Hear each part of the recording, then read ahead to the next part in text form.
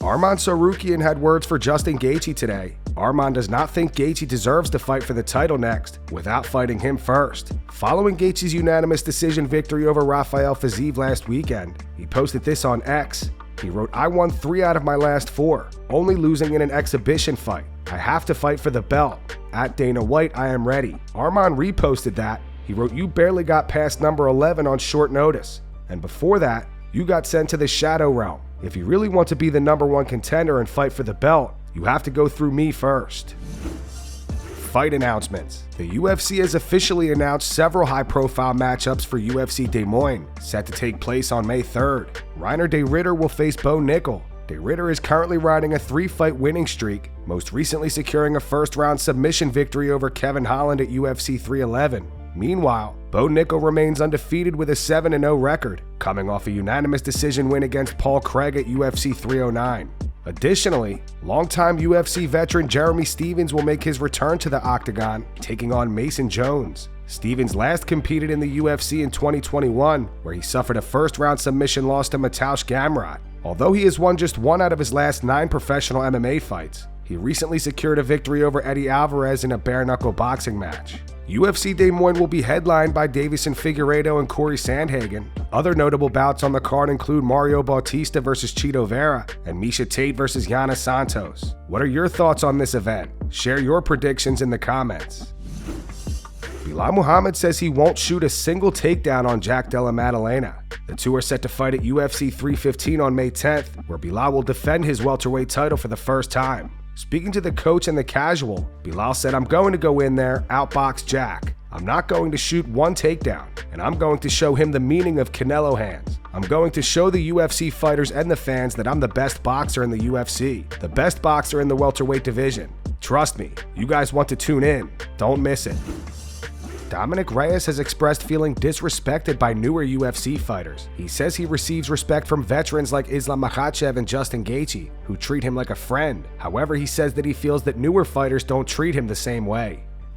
When I see new guys, I don't get the respect from the new guys. They're just like, "Oh, hey man, how's it going?" When I talk to like Islam, "Hey brother, how are you? How are things?"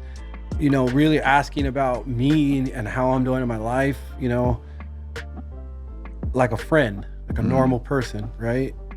Or Gaethje, I see Gaethje, "What's up, bro? How's everything going?" You know, vets.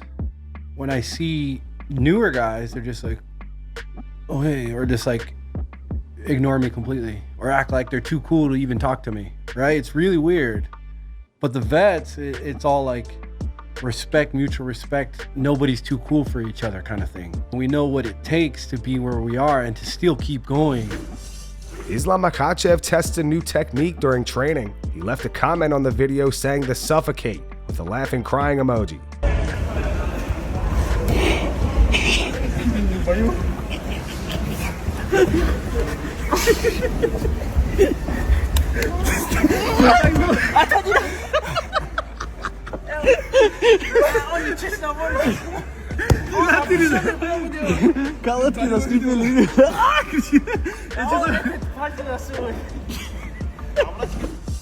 Alex Pereira posted a video to his YouTube channel addressing his loss to Magomed Ankalaev. Alex says he has no excuses for his performance and says the UFC is already discussing an immediate rematch. Pessoal, é isso aí, voltando para casa. Acho que a gente fez um excelente trabalho, não só nessa luta. A gente vem evoluindo bastante, né?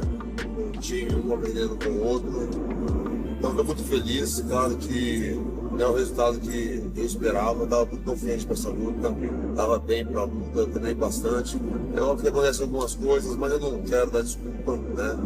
E eu sei que a gente vai ter essa revanche, já estou conversando já, né?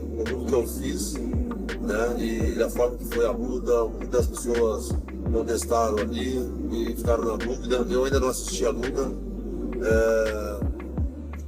Vou assistir a luta, vou dar a minha opinião. A gente está ali dentro, né? É difícil você falar o que acontece, né?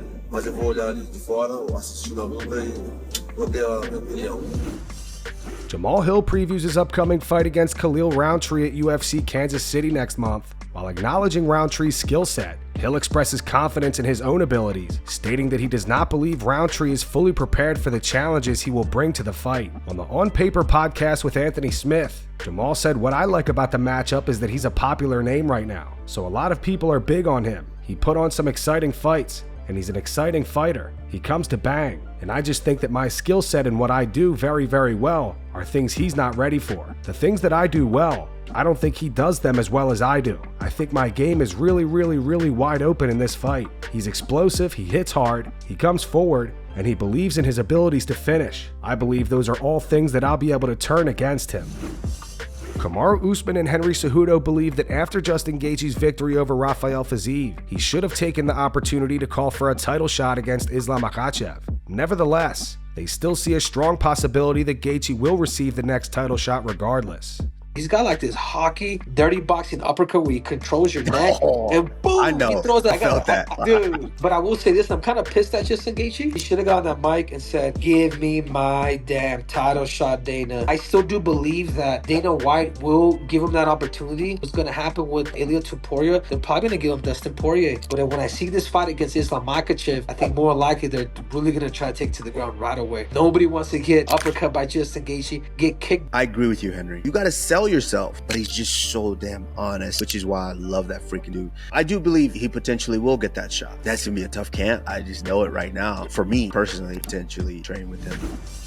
Jon Anik explains why after Justin Gaethje's unanimous decision win over Rafael Fiziev, he believes Gaethje should fight Islam Makhachev for the lightweight title next. Justin Gaethje wins this fight.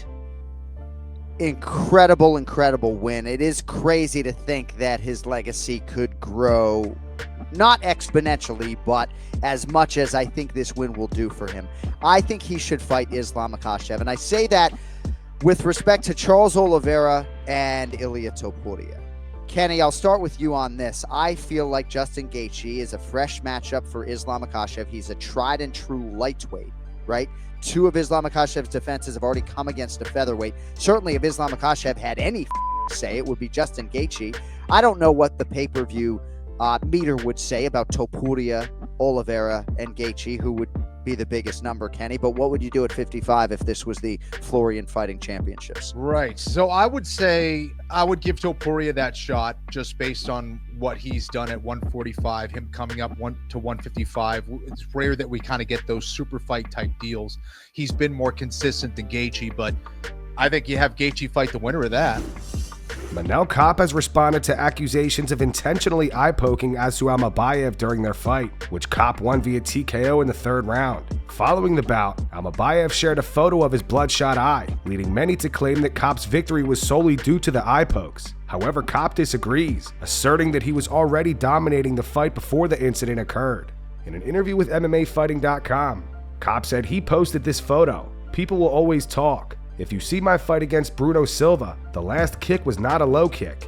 Watching in slow motion, it touched his liver. You can see the reaction. People talk low blow like I was not winning the fight. I was not picking them apart. Against Asu, his eye became like that. It was the first punch. It was the first punch that hit him. If you guys watch the fight carefully and watch the first round, when I got the punch, immediately his eye was already destroyed. Yes, normally that might be my fault because he was running a lot and I tried to catch him as he was running. I extended my hand as a slap. The second one catches him like this. It was not something very deeply to bother him to not fight because even when he started, I let him go for 2 or 3 seconds and he was good. He tried to go for the takedown. It was not an eye poke that made the fight, that finished the fight. I was beating him. People go and find excuses because it was me. People want to find an excuse. There's a type of fighters that get a lot of hate. This is the special fighters, the champions. They will always talk about them and they want to criticize them. I know I'm one of the people that get a lot of hate, but when you're winning, when you become a champion, they want to be on your side. It's going to be like 1 or 2 days. People are going to hate you, they love you, all this stuff, making excuses. It was not the eye poke that made the fight. I was picking him apart. Honestly, it was one of the easiest fights. I told him it was going to be a long night. They just was not ready to believe that. They always want to try to find excuses to my great performance. Everybody hates the great fighters. It's bad he posted the eye poke. I don't know what his intention is to say, because the fight is over already. It's not something dramatic. You shouldn't have posted it, because you was running away in the cage. If you don't want to punch, Cover yourself, but don't run. This is more embarrassment than the eye poke. Everybody chooses the way they want to lose. I'm never going to lose as a coward, but that's the life. Tom Aspinall plays true or false on his TikTok. When asked if Jon Jones is scared of him, Tom says true. At the moment, Tom versus Jon is not official. However, Dana White recently said that he's very confident they will fight this summer. This is true or false with me, Tom Aspinall. Pavlovich was the hardest puncher I've ever faced. False. I think maybe because I was expecting him to punch hard. He didn't hit me that many times, so it's hard to say. I'm the fastest heavyweight in combat sports. True. I can speak fluent Polish. Nie jesteś gruby teraz. Co się stało? False. I wouldn't say that I'm fluent. I can hold a conversation, but in my opinion, fluent is where you're basically never thinking about it, so I'm not at that level. To be a fighter, you have to have a nasty side. True, to a degree, yeah. I could beat 2 flyweights in a fight, Eddie Hall style. Depends on the level of the flyweights, to be honest. If they're like UFC level, false. Amateur level, I think true.